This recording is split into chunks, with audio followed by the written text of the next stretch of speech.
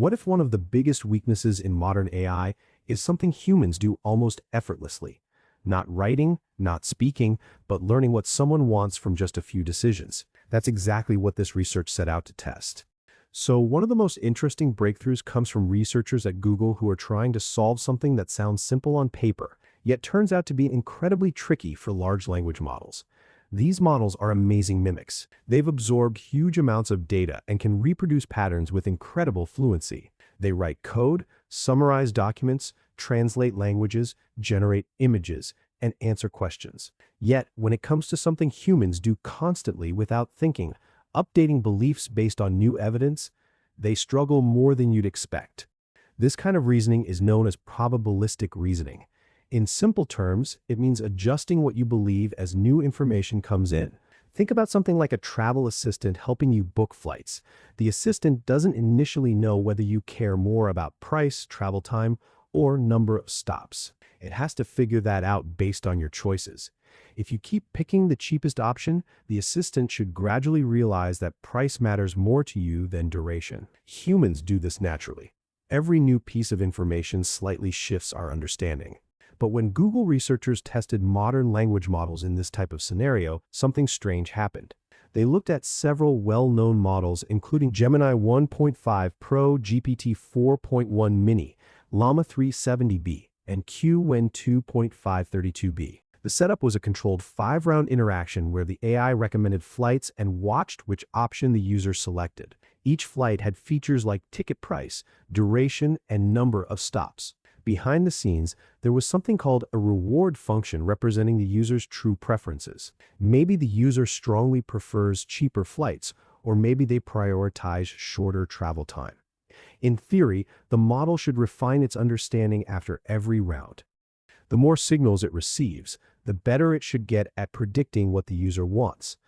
But that's not what happened. Most of the LLMs improved slightly after the first interaction and then basically stopped learning. The researchers described this as a one-and-done plateau. The models weren't properly updating their internal beliefs about the user. To see what proper learning should look like, the researchers compared the language models to something called a Bayesian assistant. This assistant isn't a neural network. It's a symbolic system that uses a mathematical rule called Bayes' rule to update probabilities after each interaction. Every time the user makes a choice, the assistant updates its probability distribution over possible preferences. The result is exactly what you'd expect from a rational learning system. The Bayesian assistant gets better with every round because it continuously adjusts its assumptions.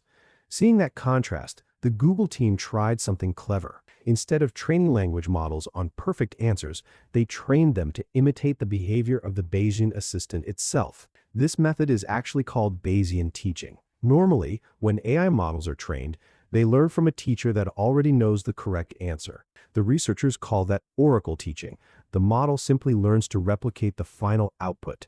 Bayesian teaching flips that idea on its head. In this approach, the teacher doesn't always know the answer right away. Early guesses can be wrong because the system is still figuring things out. Yet those educated guesses reveal something extremely valuable, the actual reasoning process. Using supervised fine-tuning, the researchers trained models like Gemma 2.9b and Llama 3.8b on datasets where the teacher followed this Bayesian reasoning pattern. Instead of just copying correct answers, the models learned how to operate under uncertainty, and the results were surprisingly strong. The Bayesian-trained models ended up aligning with the optimal Bayesian strategy roughly 80% of the time. That's a massive improvement compared to their original versions. Even more interesting, the models began to show real belief updating behavior during interactions. The team then tested something even harder. They wanted to know if this skill would generalize beyond the original training environment. The models had only been trained on synthetic flight recommendation data using 4 flight features. Researchers increased the complexity to 8 flight features and moved the system into completely different domains. One experiment involved hotel recommendations. Another simulated a web shopping environment using real product titles and descriptions. Despite never being trained on those specific tasks, the models transferred their probabilistic reasoning skills surprisingly well. In several rounds, they even outperformed human participants. Humans, as it turns out, are not perfectly rational decision makers. People get distracted, change their minds, or behave inconsistently. The models trained to follow the mathematical reasoning pattern sometimes stayed closer to the optimal strategy. This experiment highlights something fascinating about the future of AI. Symbolic systems like Bayesian models are extremely precise when dealing with structured reasoning, yet they struggle in messy real-world environments. Neural networks like large language models are the opposite.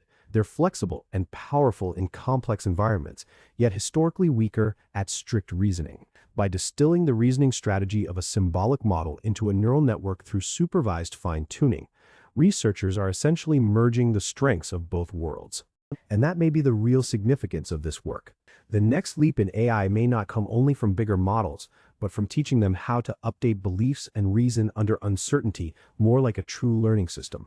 If that trend continues, future assistants won't just sound intelligent, they'll adapt intelligently too. Thanks for watching. Please like and subscribe. See you in the next video.